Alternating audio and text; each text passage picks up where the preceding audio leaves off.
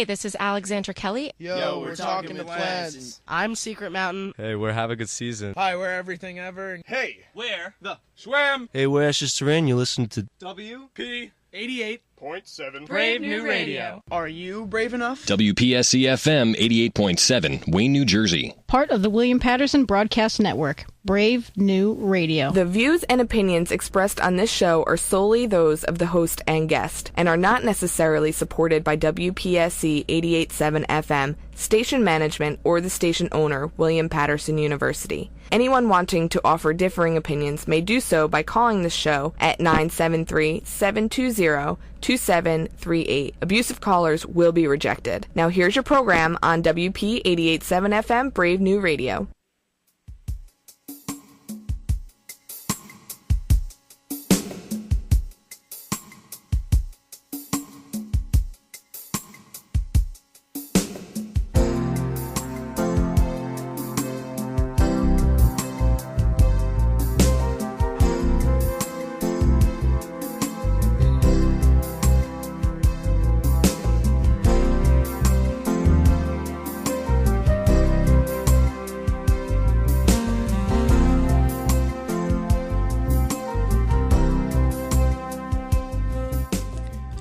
Well, good morning, good morning. Good morning to you. And yes, if you can hear the sound of this voice, you're listening to another edition of The Reading Circle with your host, Marc Medley. We come to you live each Saturday morning from 6 o'clock a.m. to 7 o'clock a.m. with what's going on in the world of reading, in the world of books, and then we follow up from 7 to 9 with the gospel music, which is the good news in song. Well, I tell you what, everything is in place. My guest is on the line. All the equipment is working as it is supposed to work. The recorder is on. The microphones are on, the transmitter is up, everything is doing what it's supposed to be doing, so I guess we need to make sure we're doing what we ought to be doing. So we're going to go ahead and do that. As you all know, if you've been listening any amount of time to the show on Saturday mornings, we have a morning ritual and routine, and that is, I'll let you know what's going on with the weather. I will read from our two opening selections, or our preview selections, which is What Can Happen When We Pray, as well as the book from Iyanla Vanzant, Until Today. I will do a public service announcement and then introduce my guest. Actually, I'll introduce my guest before the public service announcement, and then we'll go right on into our interview. So let somebody know that we're on the air. Use that social media wisely. Use it for a positive reason, not for anything negative. Get on all your social media sites and tell somebody to tune in to gobrave.org right now, whether you're an early bird or a night owl. If you're still up and you're somewhere near your computer, tune in to gobrave.org. So I'll tell you what, without further ado, let's go ahead and see what's going on with the weather up here in northern New Jersey. Right now in the Wayne, New Jersey, it is 59.6. I tell you, it felt a little cooler than that whenever I left out of the house, but it says 59.6. Expect us to be sunny, high 81 today, moving to a low of 58. And then tomorrow, Sunday, generally sunny despite a few afternoon clouds, high of 84, dropping to a low of 64. And then on Monday, mostly sunny skies, high of 88, dropping to a low of 69, mostly clear on Monday night. And then Tuesday, again, expected to be mostly sunny, high of 89. Looks like we have a 40% chance of rain Tuesday night, scattered showers, but we're moving to a low of 70. And then rounding out the forecast on Wednesday, partial cloudiness early with scattered showers and thunderstorms in the afternoon, high of 88, low of 66. So it was a 40% chance of rain during the day and a 20% chance of rain Wednesday night. Okay, well, as we can say in many of our church houses, they say govern yourself accordingly. I always tell you, in terms of the weather, equip yourself accordingly for whatever temperature you want to remain. For me, I love heat, so the heat does not bother me. But for some, they do not like heat. They like cold. So whatever you need to do to keep cool or keep warm, you do that based on the forecast, and we'll keep you up to date if it changes over the next couple hours or so. As I said, I am your host, Marc Medley.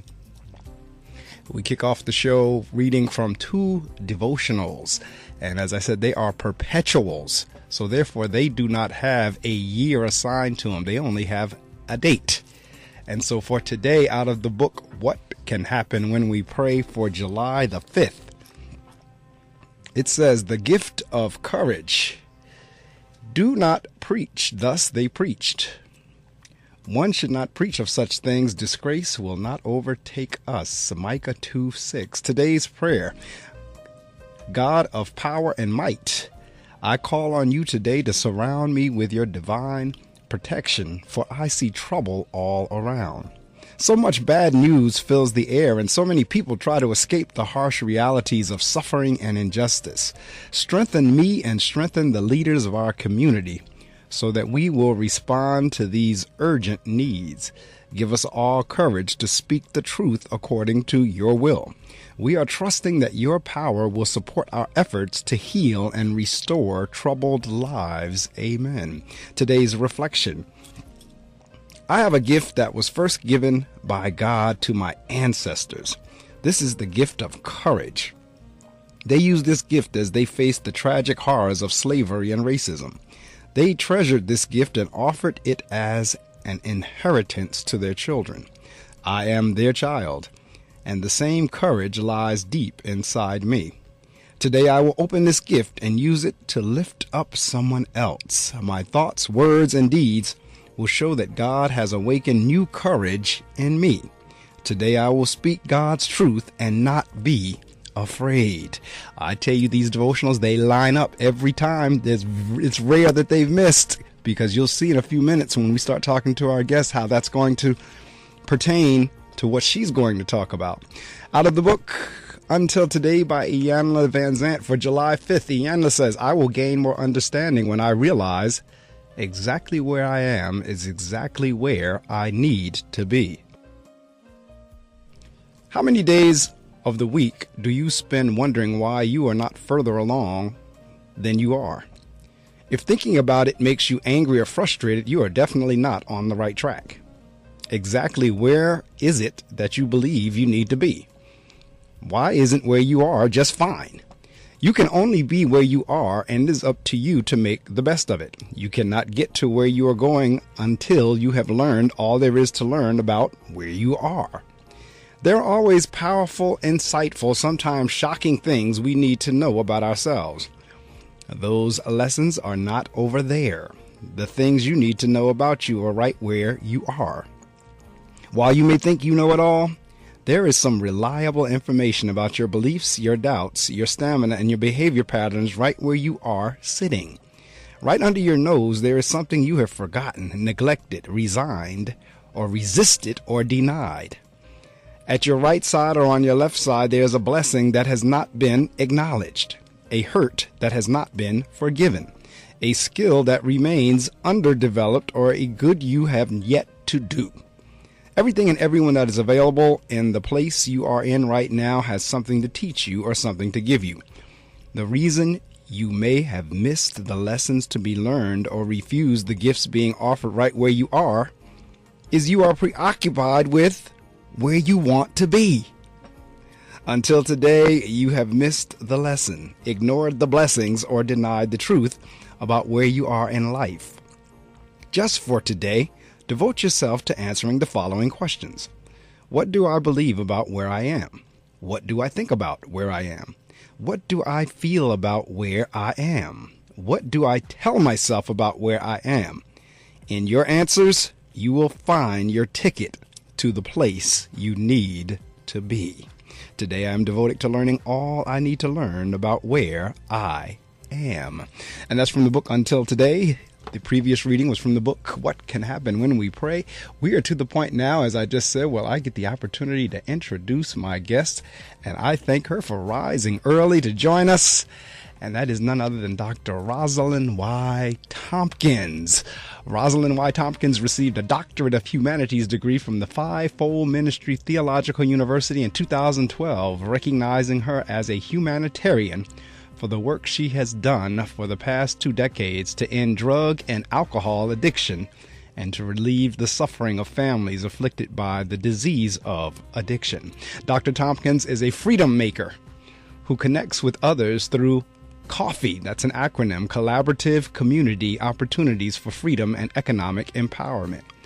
in order to strengthen and add value to individual and collective assignments and mandates for purpose and destiny to be revealed and fulfilled.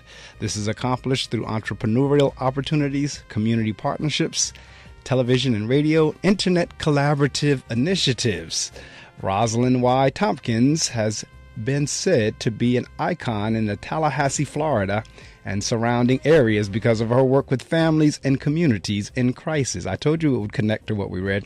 The over 20 years in recovery former addict founded Mothers in Crisis Incorporated, or MIC, in 1991.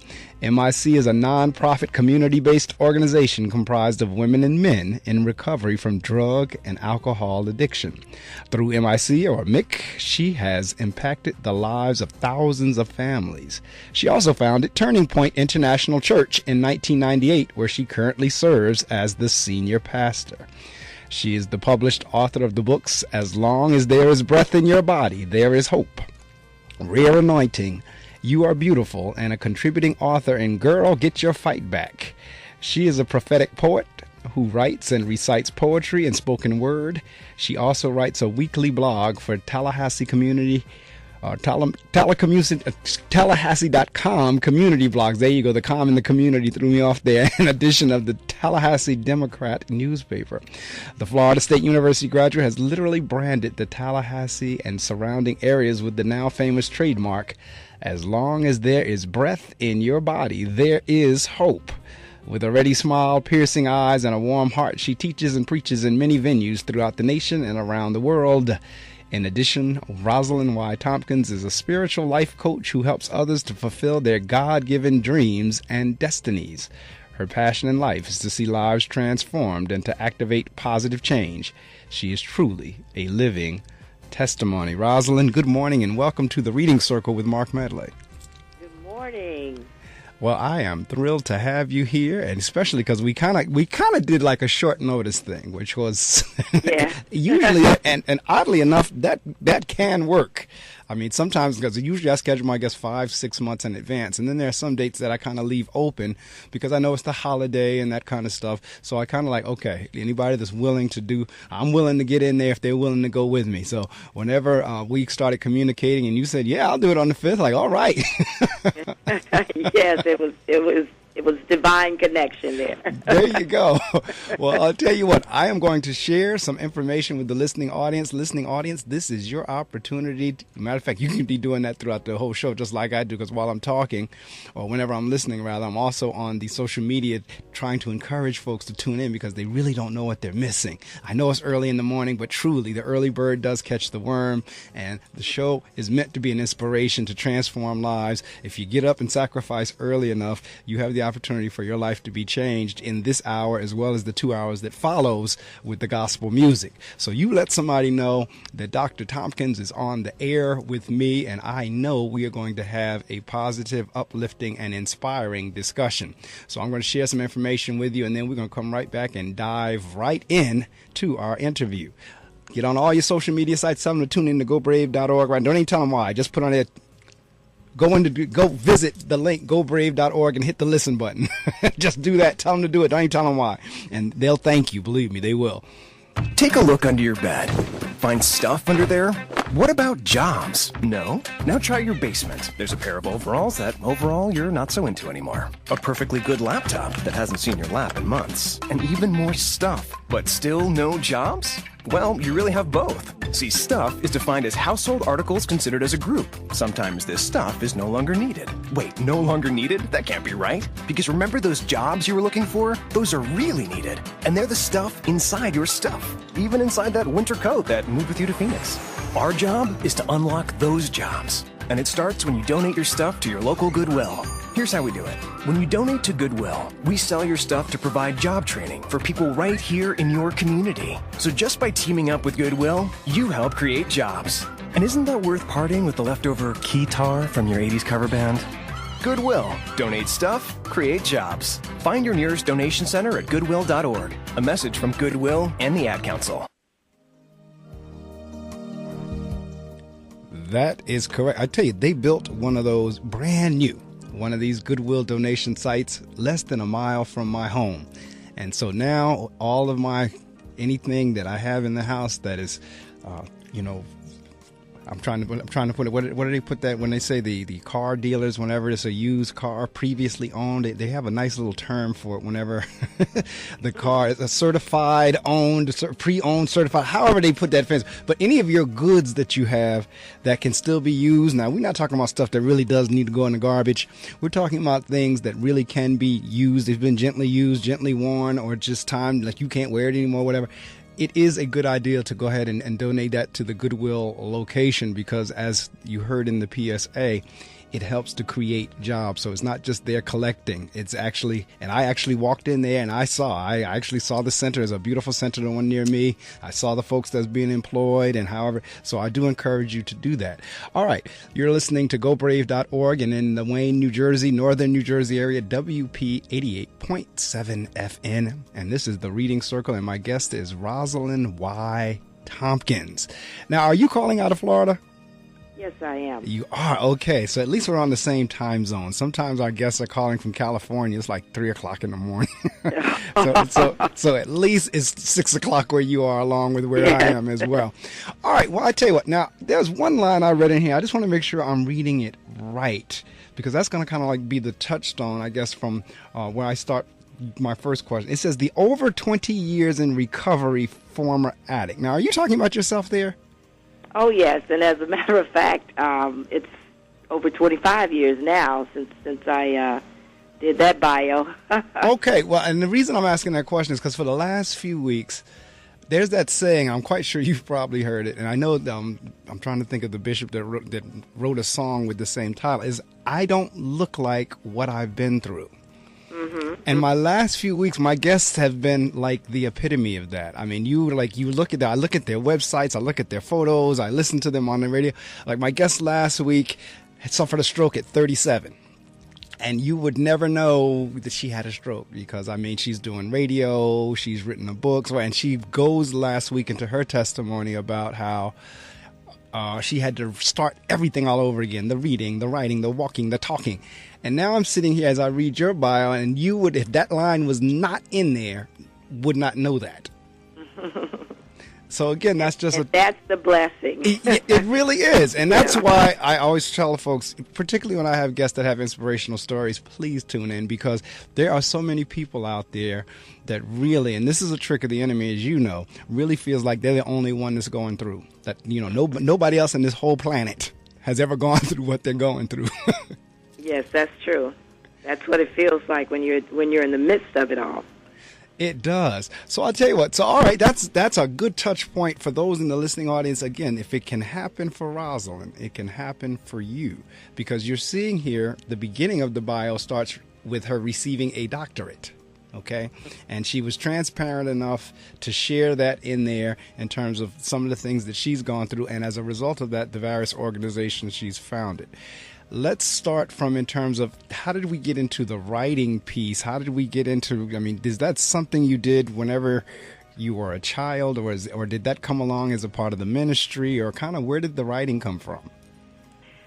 Well, I've always journaled my thoughts. Even as a young girl, I can think about just writing my feelings down. And I'm also a poet. So I've been writing poetry for quite some time. But in terms of writing my first book, I knew that the testimony that I'd gone through, my story, was so compelling. And God gave me the remembrance of everything, even the little details of what I'd gone through. And I knew I had to write it. I had to write it in a book. So that started my writing career. Up until now, as I'm releasing my latest book, What Is It? Defining, Finding, and Obtaining Your It. And it's just a gift that God has given me, and I love to do it. And it's interesting you were talking about your latest book is Finding Your It, because that's kind of like what the Iyanla passage was about whenever we were, like you were saying, you're so focused on where you think you ought to be, you're not even looking at where you are. That's right. And then the one prior to that was the whole thing about motivating and inspiring, giving the courage to speak truth to folks. And I said folks would see as they listened, or hear, shall I say, where they connect. This whole notion of because I see it says author, life coach, senior pastor, called to inspire and motivate individuals, families, organizations, and communities to grow and develop. Have you found, or as we do this work, do you find that sometimes you're trying to inspire and motivate people who seems like they don't want to be motivated or inspired? Well, especially whenever they are in the midst of some dark places, I'll say, whatever that may be. It's almost like the inspiration comes just because you're light, and it's so dark in their lives, and I've been there. And until when they see the light, it inspires them to reach for it and to at least head in that direction. And so that's what I call hope. As you noted, my trademark saying, "As long as there's breath in your body, there's hope." I see hope as a light in the midst of a dark tunnel, and it just shines. And then when you see that light, you'll head in that direction. And what I found is the closer you get to the light, the more enlightened you become, and the more able you are to receive the inspiration and the information and the empowerment that's needed to get you out of the dark tunnel. Yeah, and it's funny because as I read your bio, I'm sitting here as you were talking, rereading it again, and I thought about Wednesday night when I was in Bible study. My pastor was talking about this whole notion of, he didn't say it this way, but really what was coming through was this whole notion of being transparent. And as you know, we who are believers, we make that break between those who believe and don't believe. We call it the world and safe, so forth and so on. But there are times, many times, matter of fact, in most cases, and I brought this point up in the discussion, people really do appreciate the transparency because, for one thing, as I said, if I look at your picture, I'm looking here at your site, and I would look at that. And clearly that line, "I'm glad I don't look like what I've been through," comes to mind. A lot of people in the quote-unquote world, they look at us and think, well, I can't get to that point. I can't, because look at them. They're perfect. Look at them. I can't get to that level. But once you now break down and say, no, you need to understand, I look like this, I'm that because of God. If That's it were not for the grace of God, I would not look like this or be here either. And because the discussion Wednesday night was, even we as believers, as Christians, do you not think we don't want to fight? Do you not think we don't want to curse back at you? Do you not think we don't want to? But once you say, you know what, babe, a few years ago, that would have been me, but now because of the grace of God, that's where I'm going with this. And yes, I love this story, as the stories I've had in the last couple of weeks, to really help somebody out there listening or a family member, and those of you listening, do talk about what you heard this morning. Let somebody know, just as Rosalind just said, as long as there's breath, there is hope. That's right. And the thing about it is, many times people, they see the glory, but they don't know the story, and they don't know what you've been through that brought you to where you are now. And that's why we have to open up our mouths and share, because that's what a testimony is for. It's not for us to walk around with it and holding it in our hearts, but it's for us to open up our mouths and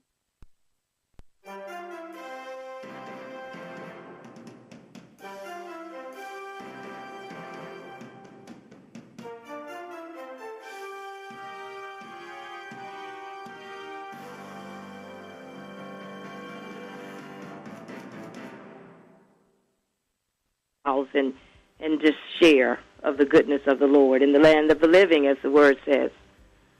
This is true. Because they really, again, if you go based on just looks, because my mother is famous for saying everybody got a problem. Everybody goes through something. I say, yeah, Mom, they do. But it's kind of like, why do we have to keep saying that? But the truth of the matter is, everyone does. And you really don't know just based on looking on the outside, because you just don't know what folks are going through. That's why sometimes when I asked that question earlier about folks you're trying to motivate that don't seem like they want to be motivated, in many instances they don't even know they want to be motivated. No, they don't, because it's such a, when you're in places, and let's just name some of them, especially addictions, and you're going through those really tough times, you're really in a desperate place. Desperate people do desperate things. And you kind of kick into a survival mode. So you're basically thinking about how you're going to make it. How are you going to make it from day to day? And so therefore, what I've learned over the years is you have to meet people where they are. And if that means I got to help you to deal with this particular problem that you think is the biggest problem in your life, in order to deal with what we know to be the root of all the problems, then I'll get down there and I'll deal with that, whether it's food, shelter, clothing, what my kids, or whatever it may be, the presenting problem that you see. And I know that once you see how much I care and that I'll be willing to help you there, you'll listen to me about the other thing, the big elephant in the room. And so that's what I've found. So don't let that stop you if someone is at a place, because especially when we're talking about addictions and many other things, denial is the big thing. That's the big elephant in the room. Many people are just in denial. I was in denial. And it has to be something that can break through that denial, and we know that the greatest force on earth is love.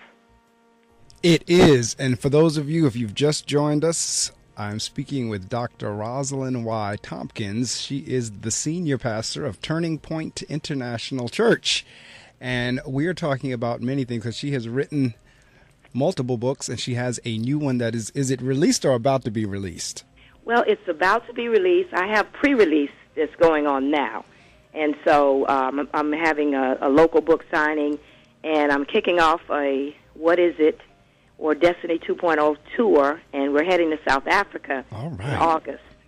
And when I get back from that tour, it will be released as it, like on Amazon and all those other sites. But right now, if someone wanted to get a book, they could get it today by going to www.whatisitbook.com and getting an autographed copy. All right, and the title of it is What Is It? What is it? All right, and the it she's talking about is what is the it for you?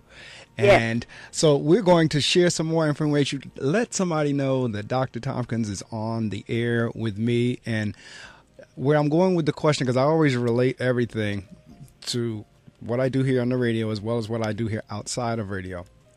And I don't know if you know or not from following on the various sites, but during the day when I'm not doing radio, I'm the principal of a school. Yeah. And the community that I serve is exactly the communities that you're describing here in your bio. That's why I'm asking the questioning that I'm asked. Okay. Because a lot of the children are children of mothers and fathers in crisis. A lot of the children they were addicted at birth as well. A lot of the children just have some severe anger issues. And the truth be told, if I was living in some of those households, I would probably be angry too. So I know exactly when I'm reading your bio of the community and the folks you're trying to inspire and motivate. And that's why I'm asking the questions, because the beauty of this show is it is just as much an education for me as I talk to my guests as it is for the listening audience. So I kind of get to pick their brains as we're on the air. And at the end of the day, it helps me as well. So I tell you what, folks, we're going to share this with you. Let somebody know we're on the air. Dr. Tompkins is on the air with me on the Reading Circle. Tell them to tune in to gobrave.org, or if they are in the New Jersey and New York area, WP 88.7 FM. In 50 feet, turn left.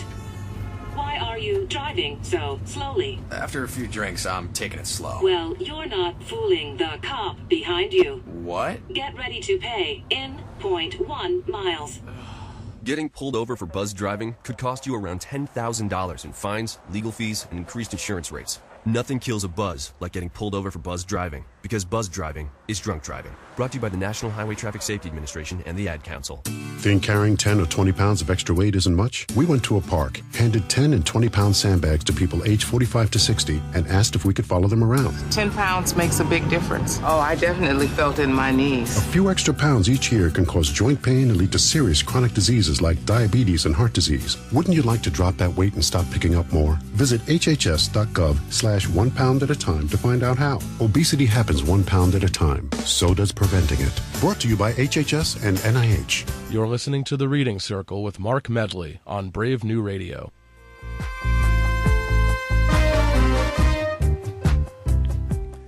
That indeed you are. You're listening to The Reading Circle, and my guest this morning is Rosalind Tompkins. Now, I was trying to figure out that Y, whether it's Yvonne or Yvette or which because I'm trying to figure out Y names. Where were the Y? So what's the Y? Y is Yolanda. Yolanda, okay. Now that was in there because I listened to Yolanda Adams during the week. So yeah, I was just thinking Yolanda Adams. Yeah. So all right. So Rosalind Yolanda Tompkins, with a doctor in front of that, is on the air with me right now, and we're talking about various social issues as well as her writing, because of course this is the Reading Circle and we have authors on here, but it's so much beyond being the author and the writer, because we really are trying to share with folks to uplift, because everyone, I mean, you hit it whenever you said a couple of minutes ago about at the end of the day, at the bottom line, when it's all said and done, if you peel the onion all the way back, I can't think of any other cliche to try to, or any other type of literary device to say when we get to it, at the core is love. Yes. Regardless of what the situation is, it is this human need for acknowledgement and for love. And once folks figure that out, because that's a message I try to get across to my teachers, to the teachers that serve in the buildings, to try to help them understand. If you build a relationship with these children, you will have no classroom management issues. If you get to that point where you really understand what it's truly all about, you'll be able to teach the ABCs and 1, 2, 3s. And that's what you were saying a couple of minutes ago, that once you get to the core issue, then they'll listen to everything else you want to talk about. That's right. I've seen it time and time again. Time and time again. So tell me a little bit about Mothers in Crisis. How do you say that, Mick or Mike? MIC, actually. You just say MIC. Okay, so you don't MIC. even... All right, so talk a little bit about MIC. Well, MIC, I call MIC my baby of hope, Mark, because after I had gone through what I call the hellhole of addiction, I felt, and that was actually my first my first place of purpose, my baby of hope of what the Lord gave me to do. And I started out with just a few women and that were in recovery, and just started doing a support group where I could actually use the word Jesus and we could actually pray. Because as a social worker, I was working in the field, I was doing a lot of work in different agencies that, were governmental based, basically. That's right. And so I knew I was in recovery. I knew what was keeping me, and then the Lord gave me the vision to start the group, Mothers in Crisis, and to pull the women in and to start a group that number one, would help me to stay clean. Because, I was kind of new in the thing, in being clean. And the other groups, although they're wonderful, they were not working for me. Right. So that's how we started Mothers in Crisis. And then over the years, we began to see the needs of the women, the families. Started a program that went into the schools, actually, and helped train the teachers that were working with these children. And it was called Project Train, Teaching Resourceful, Adaptable Interventions Naturally. And I partnered with Florida A&M University on a grant that they had received through their intervention office. And Mothers in Crisis actually went into several of the high-risk schools in our area and worked with the teachers. But basically what we found is the teachers were saying they received the resources that we gave them and help for the children, but they were like, can you help me with these parents? So now that I can relate to. Yeah. So then we started a parenting initiative, and we did it in the schools, and then we did it in the community for many years, just parenting and the drug education support group meetings, and then we branched out. My first pulpit was the prison, because we began to do outreaches in the prison, which turned into literally church services. I didn't know the Lord was setting me up, okay? And And from the prisons and that initiative, I started a chapel, and Turning Point International Church started out as a chapel for mothers in crisis because the families, they, quite frankly, were not fitting into the other churches, the churches that were around, because just didn't understand the issues and the people, and the women were getting clean and they were getting delivered, but then they wanted their husbands, their spouses, their significant others. That's right. And their other family members to be able to get what they were getting. And I wrestled with the Lord for a while, but He won. And started pastoring. All right, Jacob, I hear you now. And started Turning Point International Church. So basically, as you can see, with the seed of Mothers in Crisis, it just grew into different branches based upon the needs of the families. And the families, I mean, it is so critical. And that's why I laugh when you said that about the teacher, because that I can relate with them. Because the 99% of our issues are with the parents. It's really not with the kid. Mm-hmm. You really cannot blame the child or the student, but so much. Because most of them are just doing what they are living.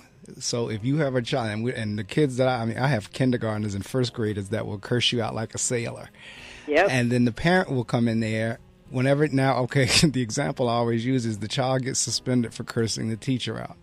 The parent now sitting in my office as the principal will turn around and curse the child out for getting suspended for cursing the teacher out. Oh, my. That is so true.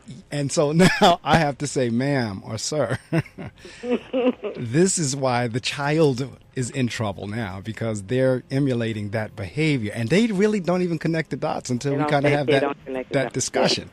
So I know exactly what you're talking about. And it's so, wow. I mean, where I was going with the whole family thing is why I'm glad you're talking about families, because, again, those of us believers, and we have our language, we have our lingo. Yes.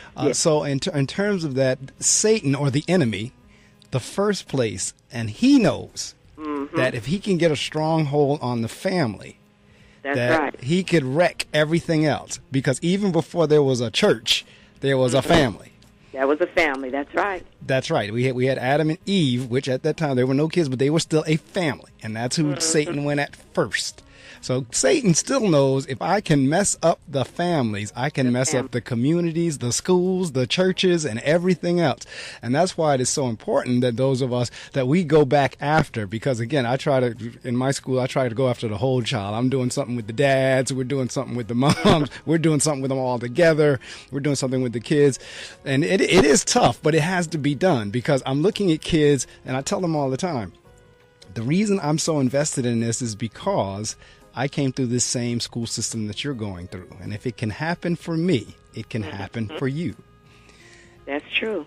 That is true. And that's the whole message. And I'm sure when they look at you, then just because of who you are, it brings them the motivation and the inspiration to become larger than maybe their surroundings or what they see.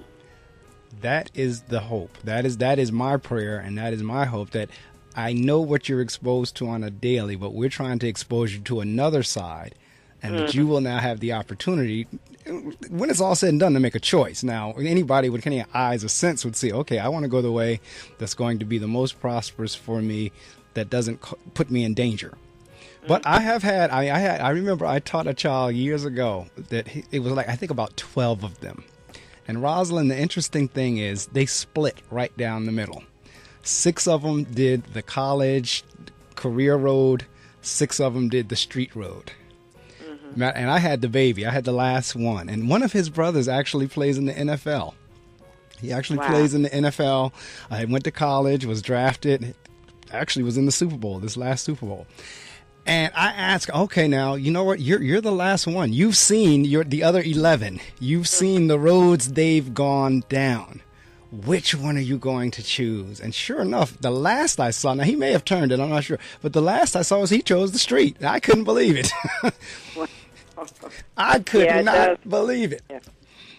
But then that's when we have to get into, as long as there's breath in your body. Absolutely. So, absolutely. Yeah. Because the kid, he's still just as respectful. And like I said, he may have turned it. I'm not sure. I haven't seen him in a little while. He may have turned it, but he's always been just as respectful. And you're right. It's long. And that's kind of like, those are good, for lack of a better term, those are good fighting words. Mm-hmm. I mean, when I say fight, I'm not necessarily talking fisticuffs, as they call it. I'm not necessarily talking like, slapping somebody and hitting somebody. But I mean, in terms of the motivation to say, you know what, regardless of how bad it looks, mm-hmm. this thing can still be turned.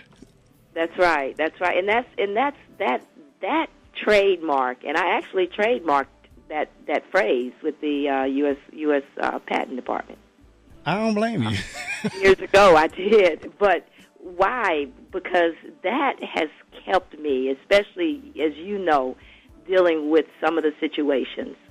And if you're not careful, you can get burnt out or get burdened or just start thinking, what's the use?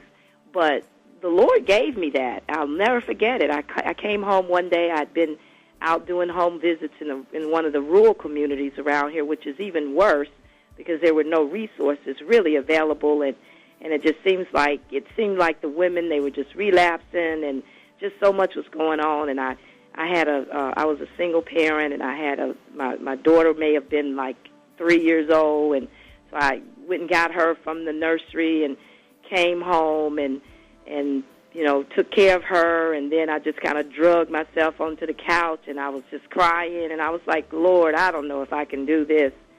And that's when he gave that to me. He said, remember, Rosalind, I'm the one doing it. I'm the one carrying the burden, and you just remember, as long as there's breath in your body, there's hope. And as long as there's breath in their bodies, there is hope. And that just kind of infused me with just a new, fresh breath of life. And I began to say that, and I began to live that. And that kept me going. No matter what I saw, and then I also knew of the power of prayer because of what I had gone through. And hey, I could have been, and that's what kept me going too, because I could have been any of these ladies. That could have been me. That's right. But for the grace of God. I know that's right. For me, he can do it for them. It is, and I say those, first off, words are so powerful. People don't realize that either. And I've done a lot of reading and studying on this whole thing of what you say to yourself, what you write in front of you, and so forth and so on. That's right. And it is like there is life and death in the tongue. Yes. And the words are so powerful. And when you said that, because I know that feeling, and anybody that's in the ministry, anybody that's in education, anybody that's in any of these fields where you are trying to help others or uplift others, you know that feeling. I was watching a video one day of Dr. Martin Luther King Jr., Reverend Dr. Martin Luther King Jr., and there's a video of him where he says, I get discouraged sometimes. And nobody would think, wow, Dr. King got discouraged. But he straight up said, you know what, sometimes I get discouraged. And I know that feeling. So whenever you now have that discouragement, and now you come back at that discouragement, as long as I have breath in my body. That's right. I mean, that right there, it fights back to you. And people don't believe God really does speak. And it does not have to be in like this thunder and lightning and catastrophe. People think it has to be in one of them, but sometimes it's in just I know for a fact there's been times where God has spoken to me, because I got to that point that you were just talking about. When one of my schools I was in, I was about to ask for a transfer. And those in the listening audience have heard the story a couple of times. I was about to ask for a transfer. I'd had it. I was tired of the principal I was serving under. I was tired of the community. I was just tired of all of it. And I, just like you said, you heard God say, I heard God say the exact words, I sent you there to be a light. That the words came through. I sent you there to be a light. And at that point, I backed off of the transfer. I took it, I didn't put it in. I didn't say anything else to anybody. That's powerful. And within the year, I was bumped up to principal. The principal Wow. left, she was transferred to another building, and I was put in the principal slot. And so it was like that whole conversation came back to me. I sent you there to be a light. Mm-hmm. Yeah, that's something that my husband and I, we've really been talking about here lately, the power of words and making sure that you're speaking faith and speaking those things that's going to bring life and how we create our world through the words that we speak. And that was one of the words, one of the phrases that God gave me that helped me to create this whole thing that he did through me of Mothers in Crisis. And you know the funny thing about that, and I'm going to take a short information sharing time again, and when we come back, I want to talk about your book, You Are Beautiful. But you know what popped into my head just now when you said that, too, is because it's funny. My mother and I always had this conversation because we always had this debate about the two thieves on the cross. Mm-hmm. About how, you know what, you had the one that was just totally disrespectful. Like, yo, man, if you all that, why don't you get all three of us down? Paraphrasing. Mm-hmm. And then you had the one that kind of said, you know what, this man hasn't done anything, so forth and so on. And you know, that's whenever Jesus comes back to him, you know, on this day you shall be with me in paradise. So a lot of people say, I can't believe he lived his life sinful and this, that, and the other that whole time, and he got a chance to make it in. But that's what popped back into my mind was up until that right before the last breath, that thief made it in. That's right, he did, didn't he? He still had breath in his body. Yes. He still had breath. He made it. That's so right. as long as there was breath, there was hope. And I don't even think he realized that. Or maybe he did because he was kind of keeping his buddy in check over there saying, you know what, we deserve this. He doesn't. And he asked, would you, when you come into your king, would you please remember me? And at that point, that's when Jesus said, you know what, you going with me today. Today. Well, you know, the book of Proverbs says so clearly, I believe it's Proverbs, that says that a living dog is better than a dead lion. I know As that's right. long as there's breath in your body, there's hope. I know that's right. Is that something? It is true. I'm going to share. A living dog is better than a dead lion. And see, that's what we try to tell folks with all this fight and all this violence. we try to help them understand that. Yes, I tell my kid, my parents would come up there and I tell my child, if somebody hit them back. I understand that, but at the school building, you don't have to do that. We have enough adults that we can intervene, we can step in. And I said, there are consequences associated regardless if it's the first hit or the hit back. Oh, I don't care. And again, we're trying to help. Look, there's enough killing going on. You're promoting a spirit that's going to wind up in today's times, a good chance of getting your child killed. And that's exactly right. What you just said is better to be. And just for clarity, that's Ecclesiastes, the 9th chapter and the 4th verse, says, but he who is joined with all the living has hope. That's right. For a living dog is better than a dead lion. That's right. It really is. Yes. So that's it, okay? I'm going to share this with you, and then we're going to come back. I tell you, the time flies. We're almost at the 7 o'clock hour. So hang on. I'm going to share this with you, and we'll be right back. Hi, my name is Stan Myers, and I'm here at FM 88.7. I do a jazz show called Just a Mood. And if you like the music, anything from Louis to Lester Bowie, I'm your man. That's Sunday afternoons, 3 to 6. Looking to hear from you, okay?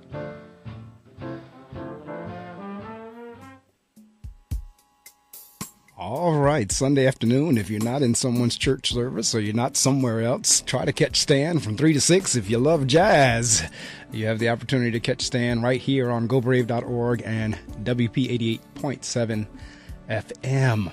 Right before the break, I shared with Rosalind I was going to ask her about your book, You Are Beautiful, and I'll tell you why. Because I'm seeing here, it says, You Are Beautiful is anointed by God to pull down strongholds of erroneous thinking concerning the whole concept of beauty.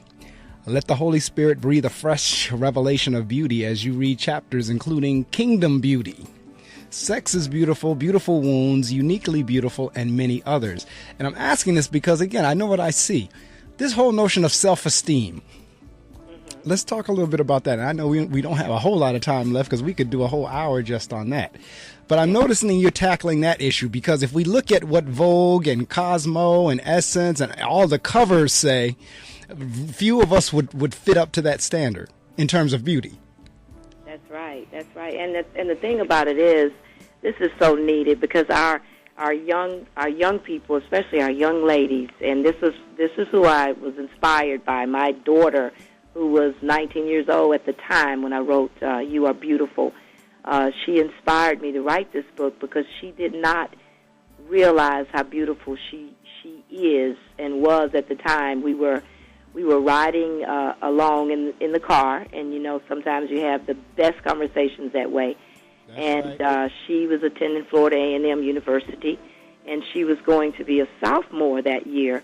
And as we were riding, she just started talking, and she said, now that I'm not going to be a freshman anymore, there's other young ladies that's coming, and all of the guys are going to be going after them because they're like, as she said, fresh meat.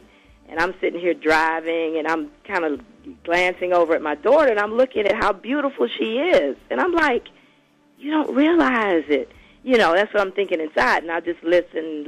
Then I said some encouraging words or whatever I could think of at that time and dropped her off. But it's like the Lord began to deal with me and say, self-worth is what these young ladies and all of us Absolutely. Absolutely. Self-worth, and to know according to what the Word of God says about beauty and how to apply that and how to see that beauty rise from within. And since the book's release, I've seen many young ladies especially who read this book, and then you see them again, and it's like it's an inner makeover. It's an inner transformation. I like that better than even the makeover. But you can tell something has sparked on the inside, and now it's shining out. It's shining brightly because you have to tap into that inner beauty and then begin to realize that it comes from within. And whenever you can get with Christ and allow Him to be the Lord of your life and allow His light to shine through you, then that's all you need. And everything else, you've got the basics from there, Absolutely. And the funny thing is, folks, the beauty we're talking about is not this like, I'm cocky, I know I'm all that in a bag of chips and then something. We're not talking about that. But it is that healthy self-esteem to know that I am God's child. I can do all things through Christ who strengthens me. Mm-hmm. I am the head and not the tail. I mean, it is that assurance that regardless of what your weight is, regardless of how dark or light you are, regardless of how kinky your hair may or may not be, regardless of any of that, you are still beautiful. And that's a hard sell message because I have some that have the quote unquote skin tone, the hair, the body, the everything else, and still think they're ugly. So sometimes it's not even a matter of attractiveness. It's that what you believe. It's what you believe. And the thing about it is, whenever you start looking into it according to the Word of God, we realize that we have to go after those myths, and that's the first thing that I do in You Are Beautiful, which I might add, it is available on Kindle. That's right. And so it's available in ebook now, but you have to go after those myths, and I go after several. The first one I talk about is beauty is in the eye of the beholder. And I talk about whether that's true or not. Is that a myth or is that true? And then also talking about beauty as it relates to what you do. And so we talk about beauty is as beauty does. Is that true? Beauty is as beauty does, and we know that it's true. But I just kind of go after those myths that are just that people believe, and we look at it according to the Word of God.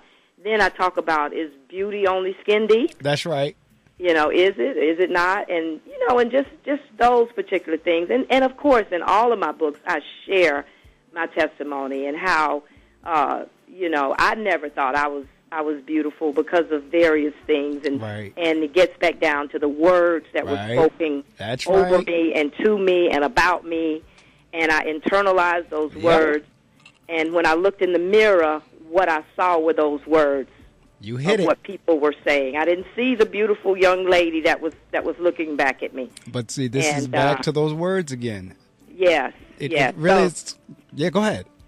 Yes. So you know, those are the things that we have to go after, because if we leave it up to society and it's just conventional wisdom, you should already know that, and stuff like that, you know, it'll take us in the downward spiral that we're seeing in so many of our communities. No, it really does. And again, relating back to what I was telling you about, well, I know what I see in terms of, because my parents are brazen. They could care less that they're sitting in the principal office. I mean, they will call that child everything but a child of God. And not realize exactly what you said. That's what that child's spirit is taking in. So they're not being told that they're beautiful. They're not being told that you're intelligent. They're not being told that they're a genius. They're not being told any of that. They're being told they're an S-head. They're being told you ain't no good like your daddy wasn't no good. They're being told all kinds of craziness that they're internalizing. And then folks wonder why we're getting what we're getting. Now, it's funny, you were talking about the car conversation. My daughter and I were going to a baseball game the other night, and we were talking in the car as well. And I told her, and her name is Niara, and I call her Nene for short. And I told her, I said, Nene, you don't need anybody else to affirm you. And we were talking about boyfriend, girlfriends, because she was talking about, because she's a junior now in college. Okay. And we were talking about her. She was kind of giving me the same thing about how her girlfriends keep calling her up and this, that, and the other. I said, Nene, you don't need any brother to affirm you. You know who you need to know who you are. And then once you know who you are, then you could deal with somebody else, and hopefully you'll get with somebody who know who he is. That's right. Because that's what it comes down to. But this whole thing of self-esteem is critical. It is, and you just hit it in terms of what is constantly being spoken into. Years ago, I had a consultant. I steal things from people. I'm kind of like Steve Jobs now. If it's working, I'm going to steal it from you.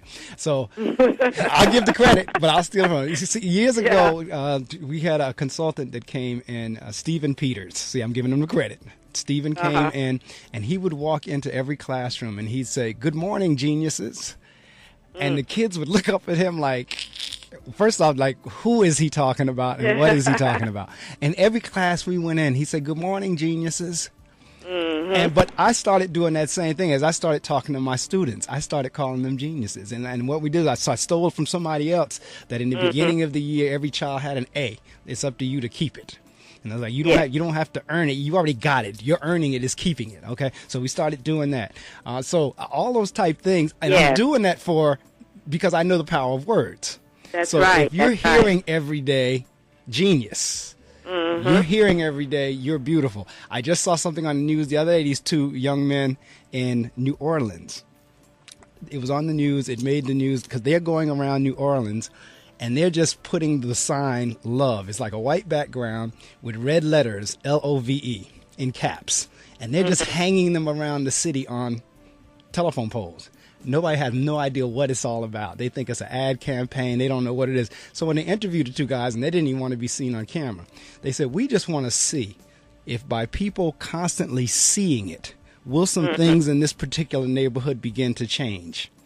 Like they're kind of doing it like as a little social experiment to see if just by the word love being seen on a constant basis, whether it's not going to change behavior. So now needless to say, because I steal things, I already told the person in my school, when we roll out in September, there's going to be love signs all around the school. The same sign, white background, big red letters. We're going to strategically hang them around my building. And I'm going to see if the fact that the kids are seeing that word, and the staff too, if they're seeing that word, if it's going to change or help change the game in my building. And I believe it will, because we talked about the power of words. And that's one of the things in What Is It that I talk about, my latest book, What Is It? I talk about how love is a major component in finding your it, or purpose and destiny in life, and how we can activate that love whenever we go on a quest to define, find, and obtain it. You know, it does come back down to love. And by putting those signs out there, I'm telling you, I can already tell you, it's going to make a difference. Well, I'm looking forward to, like I said, and the funny thing is, it's my computer person that I work with, my technology person, and whenever I send it to him, he sends back the email, I love, in capital letters, it. He's like, we are definitely going to hang this. I love it. I like that. Yes. That is, see, those things are really what makes a difference. And you know that, Mark. A lot of times we want to do some great and mighty things, but if you're listening and you're aware, like you're saying, you see things and it resonates with your spirit and you bring it forth, that's how we make a difference, just like that. It really is. And I tell you, now, are you pressed for time, or can you hang out for a couple more minutes? Because our time is officially up, but I do have the flexibility, and I'm grateful to God for it, that I can extend. Because what comes out, I have this next 2 hours as well, but I do the gospel music. But I have the flexibility within the 3 hours to kind of run them like I choose. So if you want to hang out for a couple more minutes, I'm enjoying the conversation. Good, same here. So I tell you what, there are certain things I have to do for the FCC. So it's 7 o'clock, and I have to do things on a schedule. So at the 7 o'clock now, I'm going to take a hard stop. But if you hang out, we'll continue on with the conversation for another 15 to a half hour, somewhere around there, or when the Spirit so leads us to get off. But but the conversation is good, and for those in the listening audience, again, is one that needs to be heard, because we are trying to uplift and inspire. Matter of fact, I think a couple of weeks ago on all my social networks, I had put on there, I'm trying to inspire somebody this morning. God is trying to inspire somebody, because the truth of the matter is, Rosalind, God just uses us as the tools. That's right. That's why we know it's not about us. It's not about us. It really isn't, and you learn that over time, because it's real easy to get puffed up and I'm all this, I'm all that. But the truth of the matter is, we are just a tool. We're a hammer or a screwdriver or wrench or whatever. So, but it is His Spirit and His power that actually does the work. It is. All right, it's 7 o'clock. I'm going to go ahead. We got to give the weather and do all that stuff. The same thing we did at the 6 o'clock hour. So we're going to do that. And then we're going to continue on with this timely, inspiring conversation. Let somebody know that Rosalind is still on the air with me, that Dr. Tompkins, Pastor Tompkins. See, these titles, they're all wonderful. But the truth of the matter is, like we just said, we're tools. We're tools. And, when you were saying that, you know what I was thinking? Just Rosalind is fine. I really was just thinking that, Rosalind. That either way works, because I'm the same way. It's like, people get caught up with these. Yeah. And I just, because I've been a deacon now in my church now for about 20 years, almost 20 years now. And there were people that, because I'm in the same church I grew up in, and they're like, particularly some of the older saints that saw me as a kid, this, that, and the other, they come at me, even sometimes to this day, and they still kind of like, do I call you Mark? Do I call you Deacon? Do I call you? Look, Mark is fine. You don't have to, Mom didn't name me Deacon. I mean, it was like, my name is Mark, so Mark is fine. Whatever you want to call me, I'm good to go with that. It's like, I'm not, but I do know people now that if you don't put that title in there, they'll put you in check. Oh yeah, and that's that's, to me, that's just not where I am. I've been through too much for that. That doesn't make me. Only thing that makes me or breaks me is Christ Jesus, and He is making me. That's right, and so I always remember this young lady that I had known, worked with, prior to her becoming a minister. And so I always, in my mind, if I call you Sister Tompkins, in my mind, that's even higher than some of the titles that we have. So I was at, now mind you, we have to keep this in context. I was at a church conference, mind you. I was working the registration desk, and young lady came in to sign in. I said, "Hey, Sister such and such, how you doing?" Girlfriend looked at me, "That's minister." I said, wow. You know what? See, right there. I have a Fruit of the Spirit challenge going, and that's something. Hopefully, we'll get a chance to talk about it, because it is so needed. The fruit of the Spirit. It really is. I tell you what, I'm gonna do what I need to do, and we'll come right on back. Okay.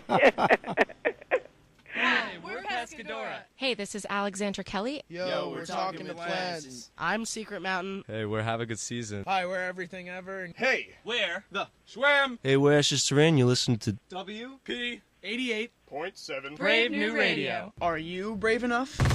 Straight from the WP 88.7 FM Weather Center, here's your local forecast. I'm still laughing before the break, but in any event, it is 60.3 degrees. We are working our way up to 81, dropping to a low tonight of 59, but it's going to be sunny. And then tomorrow, sunny along with a few clouds, 0% chance of precipitation, and it's 85 as a high, dropping to a low of 64. And then on Monday, a few clouds early, otherwise mostly sunny, high of 88, dropping to a low of 70. And then Tuesday, generally sunny despite a few afternoon clouds, high around 90. Variable clouds with scattered thunderstorms Tuesday night, low of 71, 40% chance of rain. It says precipitation, but I'll say rain for those of us who know what rain is. And then Wednesday, partly cloudy in the morning, followed by scattered thunderstorms in the afternoon. High of 88, moving to a low of 66, a 40% chance of precipitation, meaning rain. And that's the forecast. So, equip yourself accordingly to keep you whatever temperature you want to be kept. My guest is Rosalind Tompkins. And we've been having a wonderful chat, to the point every now and again, we'll do an extended version of the reading circle. And this morning is going to be one of those. We're going to just extend because I don't want to truncate the conversation like right in the middle of it. And we were having a really good one because we're talking about the various works that Rosalind has out there. And right before the break, we were talking about her book, You Are Beautiful, Unlocking Beauty from Within, because this whole self-esteem issue is huge. Matter of fact, it is at the crux of most of our, if not all of our issues. Just about every addiction you can probably think of links back to that somewhere. And Rosalind, I'm reading this book. It's an old book. As a matter of fact, it's out of print now. But it's dealing with the leadership styles of Frederick Douglass, W.E.B. Du Bois, Richard Wright, and Martin Luther King Jr. And I just finished the section on W.E.B. Du Bois. Now, we know W.E.B. as the, like this really big figure. And as it turns out, he had major league self-esteem issues. And the author talks about when it was all said and done, W.E.B. Du Bois, all he wanted to be was accepted. All he wanted was love. That everything he did was based on this because he felt as a child, because his father had left when he was a baby. So he always felt like he was rejected because his father wasn't there. Then as an African American, he always felt like he was rejected by society, by the white society. So everything he did was fighting this whole notion of rejection and his wanting acceptance. When you read about or think about W.E.B. Du Bois, the editor and the founder of the Crisis magazine, the NAACP, you think of like, okay, he's this great fighter, isn't it? Not knowing that deep inside, he just wanted to be loved. Yes, and that goes for each and every one. We cannot underestimate the power of love, and I end up talking about love in all of my books. In You Are Beautiful, I talk about how beautiful. How love is beautiful, and how whenever we can, and if you ever notice someone who is quote unquote in love, right, and they have that glow, and it's like, oh wow, I could see, oh yes, and I remember, I've just recently married a couple of months, well, about 4 or 5 months ago, but the whole process of it all brought a whole nother glow to me, and people would say, "Oh, I could just, something's going on there." That's right. So it's just it's beautiful, and it comes down to that, and that also simplifies things, because we don't have to have all of this knowledge and education and all that we think we have to have in order to change a life. It's true. Because God desires for us to love, and actually it's Him that's loving through us. Correct. And that makes all the difference in the world. So I can really believe that. And they also say that many of the entertainers and those that quote unquote make it in society, They do so because they need others' approval, and they're looking for love, or they're looking for the approval they didn't get from the father, or what have you. And so therefore they just, they put themselves out there to get it. But the sad part, Mark, is that they never receive it, because you cannot get it that way. Right, that's absolutely right. I mean, that's why Yeah. whenever you see, one of my daughters, oh my gosh, she was a Chris Brown fan. Oh my goodness. She just, Chris Brown. And I'm steady looking at her like, you have got to be kidding me, right? Like, you have got, I said, there's something wrong with Chris Brown. And there is in terms of his behavior, because he's made it. He's there as far as the fame and the fortune, but there's something else going on. Something is going on there, yeah. And I have a sneaky suspicion it's exactly what we're talking about. Somewhere in that childhood, something didn't go where he wanted it to go, and is manifesting in other ways. That's true.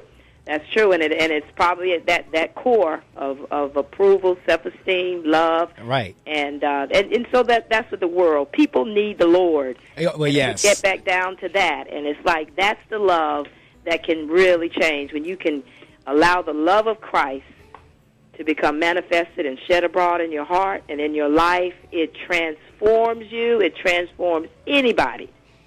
And it's true. It really can. And for those, if you've had the experience, because it's the trick to this thing is to try to get other people to really feel the experience that you've had, to help them understand that it is possible for you too.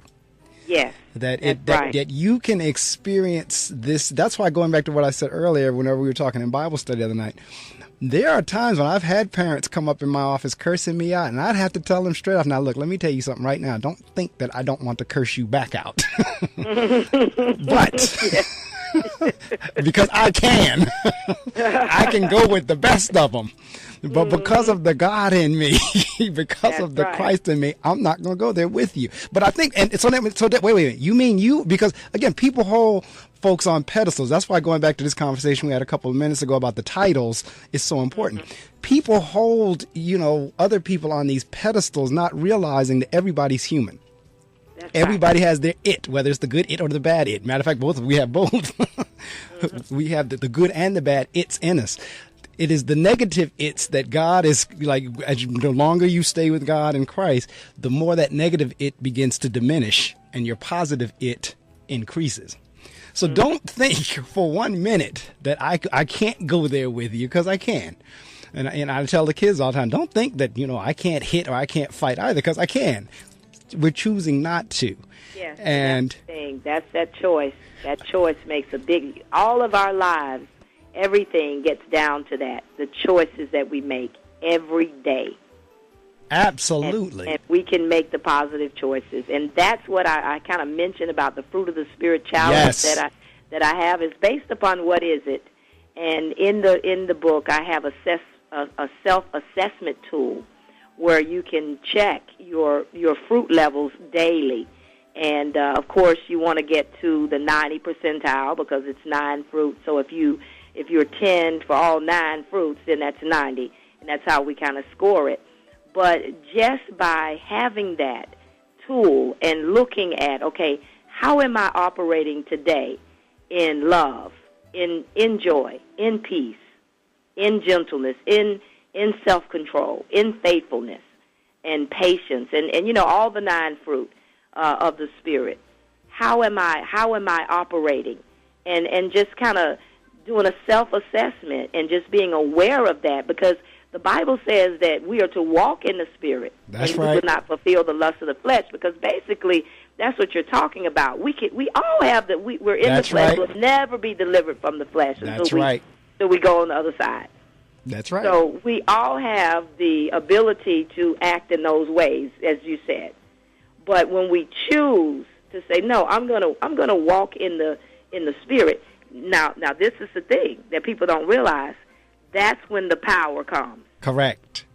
That's when the Holy Spirit can really move and do His work in and through you. Correct. Because he can't do it when you're in your flesh. That's right. That's right. I mean, it's like, what is it, Paul? Is it this good I want to do? Yes. So that's absolutely right. And, going back to this whole love thing. Mm-hmm. Most of the schools that I've served in, again, has been in the urban areas, really the poverty level. I mean, it's been in the low economic areas, and for some reason, we have folks that really do tie low economics with either being dirty or being loud or being rude or being this, that, and the other. Mm-hmm. And many of the children I serve, they love to hit. I talked earlier about the parents, and I tell my baby, somebody hit him, somebody hit him back. Well, they love to hit. But then I came across this book called The Psychology of Touch. Mm-hmm. And I'll tell you where I'm going with this whole, to connect it to love. Back to what we said earlier about the power of words and action. Many of our kids don't get hugs in the morning whenever they get ready to go to school. They don't get kisses. They don't be told, I love you, have a good day, this, that, and the other. So they don't receive positive touch. So what came to me as I was reading this book is these kids hit each other so much because that's still a form of touch. Mm-hmm. And the human body needs touch. Just being a human, touch is a part of love. That's why folks hug. That's why they hold hands. And for many of these kids, even being hit is better than no touch at all. The touch of us tapping each other, playing tag, the touch of us pushing each other, the touch of us, that touch is better than no touch. And that came to me, and after that, I had a whole different perspective. And then when you combine that with the anger, like I need to be touched and I'm angry, therefore I'm going to hit. Or be hit, one or the other. But when that came to me, that gave me a whole different perspective of dealing with kids. Many times, kids are sent to my office for fighting, and I'll just talk to them. My teachers just have a fit. Oh, we send him Mr. Medley, he don't do nothing. Not realizing that the talking to them and the trying to build relationship with them is something. Yes. And that's true. And sometimes when you're doing that, you may not see immediate results. Correct. But you're sowing those seeds, and everything starts with a seed. And at least that seed, okay, maybe they're not getting it from home, but now you've planted a seed of love. Correct. You've planted a seed of communication. And it's something that now the Lord can use to water, and it can grow. Because one man planteth, one man waters, but God gets the increase. That's right. So that's what I can see, those seeds of love. We must plant those seeds in any way that we can. I told you, my building going to be, folks going to be coming there like, what in the heck is going on? We see all these signs that say love all over the place. I love it. like your fella said, I love it. Folks, I'm going to share some more information with you. We are doing an extended version of the Reading Circle, which it fits right in because normally at this hour, we're doing the good news in song. But right now, we're doing the good news in words still. And then after we're done, after Rosalind and I are done, I'll go ahead with the gospel. Matter of fact, the first song I'm going to play based on our conversation, because a lot of times the second and third hour is thematically programmed based on the first hour interview. So there's a song Shirley Caesar did called Redeemed. That's going to be the first song that I do whenever we do go into the gospel music because it fits. And I love the song because the first part is a speaking part. She and the young man that did the work together. He does the role of the preacher and she does the role of the person on the street. And by the end of the song, she comes back to him and said, "Preacher, do you remember me? I was that." And he says, "No, ma'am, I can't say that I do." And then she goes on to explain that she was that woman that he saw in the street that he had given $1 or so to, and how she came back to the church and she brought her friends and her family. She doesn't do drugs anymore. She doesn't drink anymore. I mean, it's a powerful song. So that's going to be the first song I put on whenever we go into the good news and song. But for those of you there, I'm going to share this information with you. Let somebody know that Rosalind is still on the air. We are still conversating. And you need to hear this conversation because as long as there is breath in your body, there is hope. Hey, what's up? Thinking about you. XOXOXO. Want to snuggle. ... JK. Hit me back. You getting these texts? ? We should hang later. I miss you. Holla at ya, boy. Holla back. Holla back. Holla back. Are you at home? Where are you? What are you doing? OMG. You are making me mad. Are you with your ex? You better text me back. I'm waiting outside your house. Relentless, aggressive texting is like sending an angry robot to deliver your message. When does the robot become dangerous? Let us know at that'snotcool.com. That'snotcool.com. Brought to you by the Ad Council.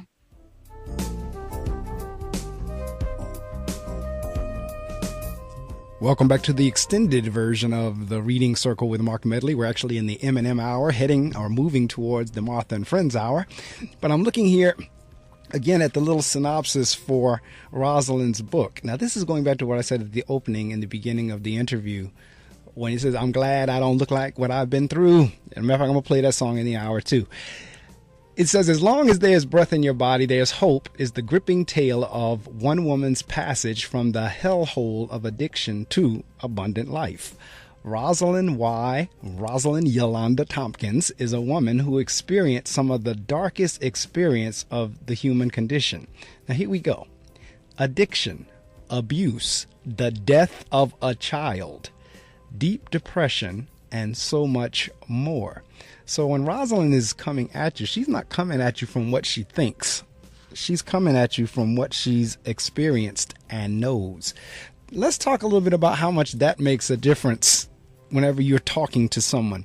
I mean, I could tell somebody all day long about, don't do drugs, don't this, that, and the other. But the truth of the matter is drugs was not my thing. Now, I have my thing, but drugs was not it. How from the standpoint of you saying, I'm not telling you what I think, I'm telling you what I know. How does that come across? That is the power.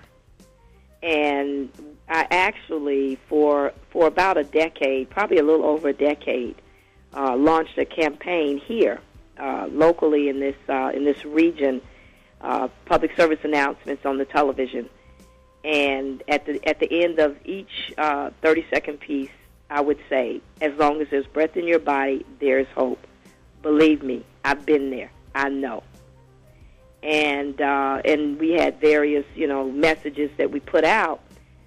We all produced it locally and free of charge from a nonprofit, Mothers in Crisis. And I'm still getting testimonies of people that were up late at night, getting high. PSA came on, and they looked at me and heard that message. And whenever they decided, or whatever life circumstances brought them to their knees and they realized they needed some help, they ended up calling Mothers in Crisis or coming to the church. And so it's just something that I realized early on. I caught a lot of flack for it in the beginning when I started sharing my testimony from my family. Because, we kept secrets and, how are you going to tell all your business? But I realized early on that the Lord had need of that He brought me through it. That's right. And I had to share it. So I've shared it before the Senate. I had a chance to testify at a drug summit, and the then governor at the time was Governor Jeb Bush, and his dear wife, Columba. They had a daughter, Noelle, who was addicted to prescription drugs at that time, and had just been caught trying to prescription, prescription shop. Right. And so it was a big issue, and they actually had me to come in and testify before the Senate, and I shared my testimony.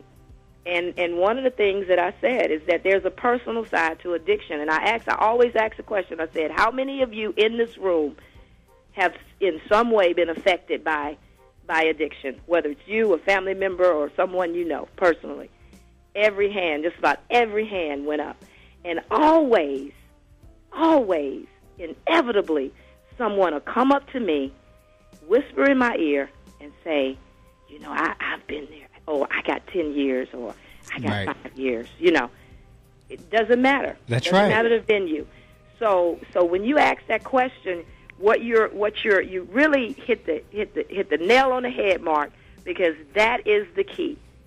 God gave me that as a tool, and I had to get out of myself and realize it wasn't about me and my business, because I have no business. All my business is God's business. Well, the funny thing is, because now, I'm literally touring your website. I do my research, but then during the mornings of the interview, I'm actually on there as well. And I'm looking at your other book, Rare Anointing. And it says, learn the 13 secrets to purposeful suffering as you read this book. Here the voice of the Lord through the prophetic poet who has gone through, again, the hellhole of addiction and made it out with the keys to unlock others with a rare anointing. Now, let me tell you where I'm going with this. And funny enough, like I said, my guests over the last couple of weeks, they have gone through this various sufferings for one reason or another. And I always liken it to, of course, the book of Job. But the fascinating thing to me about the book of Job is the first chapter, when God and Satan are having a conversation. That always fascinates me, that those two are actually up there talking. They were having this conversation. I mean, because it says in there, it says like, God was meeting with, I guess, his round table, and Satan came in with him. And he turns around and says, well, what's up? And I'm paraphrasing, of course. This is kind of like Mark's version. Oh, yeah. But it's right, like, it's kind of like, yo, man, why are you here? What's up? What did you come in here for? Not even how did you get here? He wasn't even surprised. Just like, what's up? Why are you here? And Satan goes along and says, I've been looking all over the face of the earth. I've been trying to find somebody who's going to deny you, who's going this, that, and the other. I'm trying to find somebody. And God said, look, have you considered Job? And they get into this.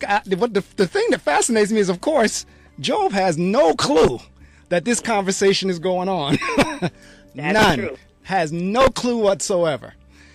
So God and Satan are actually having this conversation, and God tells him, "All right, you can touch everything but his soul. You can touch. You do what you want to do. Take whatever you want to take.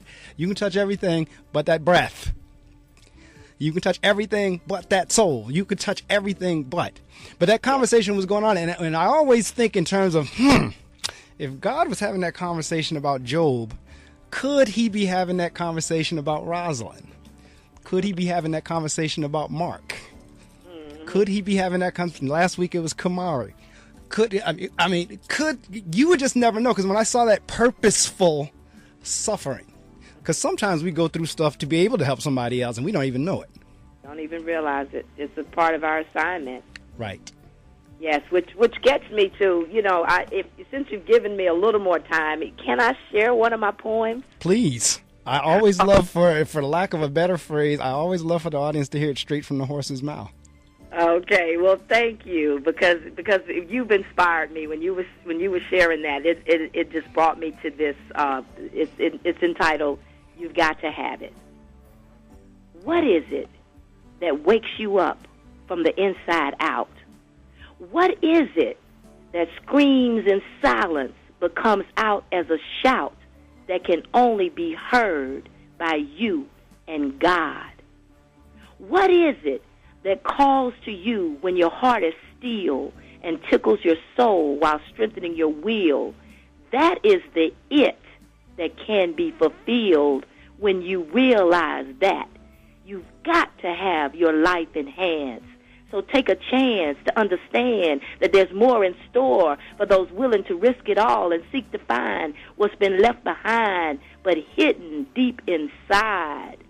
Come take a ride with me, because your journey awaits and your destiny is calling. Your purpose is ripe, so take a bite of the things you desire. I know you want to go higher and have a ball, because you've got to have it, and you can have it all.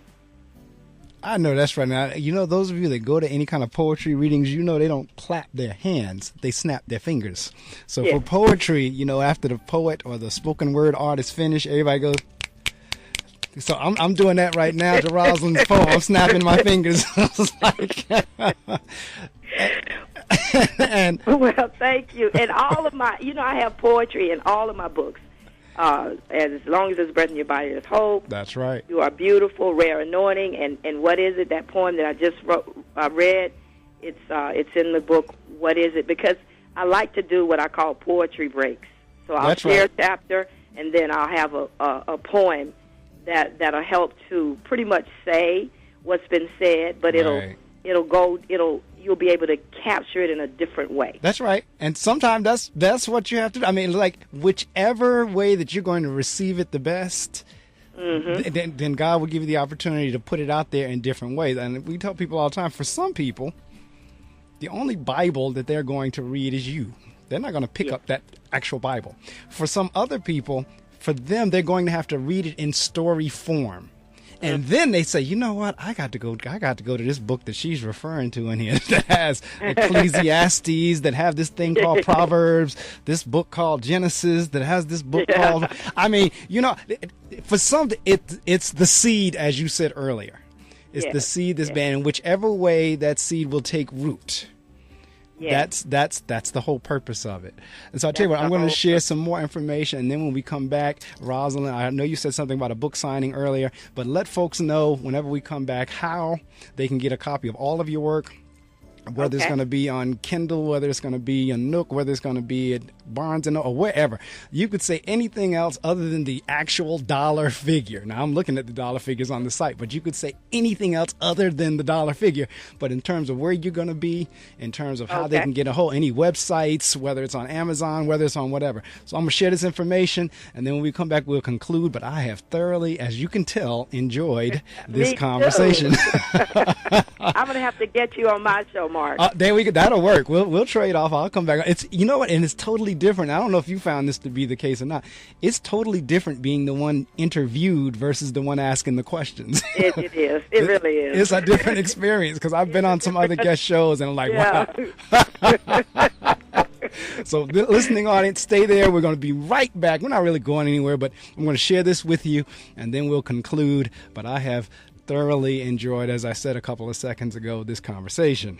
There are many reasons and many people who need prescription medications. These same drugs that ease suffering for some are abused by others. When abused, these drugs can have some really scary side effects and even cause death. Prescription drug abuse among college students is a growing trend, which often includes combining prescription drugs, like opiates, with alcohol and other substances. The non-medical use of prescription medications is a close second only to marijuana as the most common form of illicit drug use. Combining alcohol and opiates enhances the sedative effects of these drugs, increasing the risk of death from overdose. Prescribed does not mean safe. Don't share. Use correctly, store securely, dispose responsibly. To learn more about the use and abuse of prescription medications, contact Marianne Edmond, health educator at edmondm1@wpu.edu. If you think you have a problem with prescription medications and need to talk, contact the Counseling Center at 2257. This message was made possible through a grant from the New Jersey Department of Human Services, Division of Addiction Services.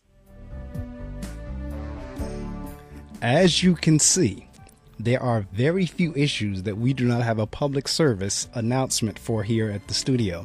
You just heard the one about drug addiction, and we're not talking about the stuff you get on the street. We're talking about the stuff you buy at the drugstore. Prescription drugs. You heard Rosalind talking about it a couple of minutes ago about the governor's daughter. This stuff is real, folks, and we have to face it to fix it. And that's what Rosalind is doing in terms of what she's doing with her ministry, the various organizations that she's founded, and the books that she has written. And as I said right before sharing the information about the prescription drug addiction, I told you and I shared with Rosalind that she'll have the opportunity to let you know how she can get, or how you can get a hold of her work, or how you can get a hold of her, or where she's going to be. So Rosalind, the next few minutes, the mic is yours to promote. You can say anything other than the actual dollar figure. They can figure that out when they get to your site. But with that being said, the mic is yours. Praise God. And I just want to say thank you, Mark. You're doing a wonderful, wonderful job and such a positive role model. So I've really, really enjoyed being here with you today. And I believe this is going to be the beginning of many times that we can share and get the positive, inspiring word out there. Basically, people can go to my new site, which is www.whatisitbook.com. Whatisitbook.com, and they can find out the information about my latest book, What Is It? Defining, Finding, and Obtaining Your It. My official website that we are currently revamping is RosalindYTompkins.com, and we have to update it and include all of the new information, but it's a lot of information there already. Love to connect with you. I'm also on Twitter, and my Twitter handle is @RosalindYT, and that Rosalind is RosalindYT. I'm also on Facebook. I have an author's page. I'd love for you to visit me there, and just Rosalind Y. Tompkins. That's my author page, and then I also have my personal page, Rosalind Y. Tompkins. But it has a period after the Y, my personal page. So I'm out there. I'm out there on social media. If anyone wants to email me, you can email me at rosalindYtompkins@gmail.com, and I'd love to connect with you. I'm also on Black Bloggers Connect. That's how I hooked up with Mark, and it's a wonderful site, and I just try to do as much as I can to get the word out there. I know that's right. Now, as soon as you gave me the new site, I went straight to it. I'm looking at it right now. The What Is It? I am on that site now, the whatisitbook.com. There's a YouTube video in there. There's a place for you to sign up for your assessment test. She says, as she said earlier, buy today and receive your autographed copy while they last. The title of the book is What Is It? Defining. All right, let's see. I'm trying to look at the little print there. Defining and finding and obtaining your it. All right. That's the book. That's the latest one, but she has the other books that we talked about as well. And Rosalind, yes, you're correct. Anytime any of your work comes out, I have an open invitation to all my guests. As long as I'm on the air, you're welcome to come back. I love it. I've been on the air, thank God, 13 years. All right. And funny enough, I had put out, matter of fact, and you'll be included in like the next version of it. I just put out a YouTube of all the guests that's been on the show at one point or the other throughout the 13 years. And it turns out to be like a little 16-minute YouTube video. And it's over 170 people. And that's not even everybody. That's just folks since I had started doing the little website. Because when I go home, I do a whole bunch of different things. I download the show, record it, send it out to everybody in the world. So you'll be seeing it on Black Bloggers. You'll be seeing it in G+. You'll be seeing it on everywhere later on today or tomorrow. I send it out to the world. They get a chance to hear the interview. I email it to you, and you have the opportunity to share it however you'd like, whether place it on a website or share it with family and friends who didn't want to rise this early or what have you. But what I also do is, like your photo there will wind up in this collage. I have a Picasso website as well of a slideshow that shows all the various guests that immediately you're going to go into that. And then last week I did like this YouTube video, put music behind it, and it's really neat to see all the different people that's been on the show. So whenever I build up another long list of folks, I will do another YouTube video like that, and because now I'm using that as my calling card. And where I'm going with this is guests that's been on the show that's seen that have now contacted me again to say, Mark, guess what? I got another book out. And so, I'm like, hey, great, we get the date. I'm scheduling my second half of the year now between now and December. So I'll be getting folks scheduled for the show. But I do thank you for rising early on this holiday weekend to join us. It has been a blast. Yeah, it's my pleasure. And thank you so much. And just keep what you're doing. Keep doing what you're doing, and always remember: as long as there's breath in your body, Mark, there is hope. I know that's right. I can't think of a better way to end. I really can't. The only way I'll think of a better way is just I'll keep you in prayer and you keep me in prayer. Okay. And other than that, as long as we have breath in our bodies, we have hope. I'm with you there. All right now. Okay. Bye-bye. God Take care now. God bless as well. Okay. Well, that ended an extended version of the Reading Circle with Marc Medley. Had a blast with Rosalind. I really did. I mean, all my guests, I really do love chatting with them. I think that's why, for me, the show works so much because, one, I love to talk when there's something to talk about. I'm not one for frivolous conversation, just making noise for the sake of making noise. But when you really do have something to say, that I can get in terms of productive conversation, in terms of engaged conversation, in terms of conversation that makes some sense and that can really help somebody else, I'm all for that. But just mindless, frivolous, talking about nothing conversation, no, I might need that last breath one day. So, but this kind of conversation like I had with Rosalind this morning and Kamaria last week and folks prior to that and Lynn Hart, and I mean, just truly inspiring. Really it is. So I told you my first song is going to be Redeemed. I'm going to share this information with you. I'm going to go find that, and then we're going to put that on. But I tell you what, you can carry me with you anywhere that you go. If you download the Reading Circle app, I have an app. If you download that into your smart device, You can take the show with you and find out what's going on with it, who the next guests are going to be whenever I'm not on the air. There's a free gift involved. But you need to download the app, though. Every week I'm trying to tell folks to download the app. I'm constantly putting it on social media. Go to iTunes, Google, or Amazon and put in the search box, The Reading Circle. And if you do that, you'll see it in the choice selection. Download the app. It's free. Doesn't cost you a thing. It doesn't take up much space, but you'll have the opportunity to connect in with everything that's going on with the show. If you need to contact a guest, or if you want to say, who did he have on last week?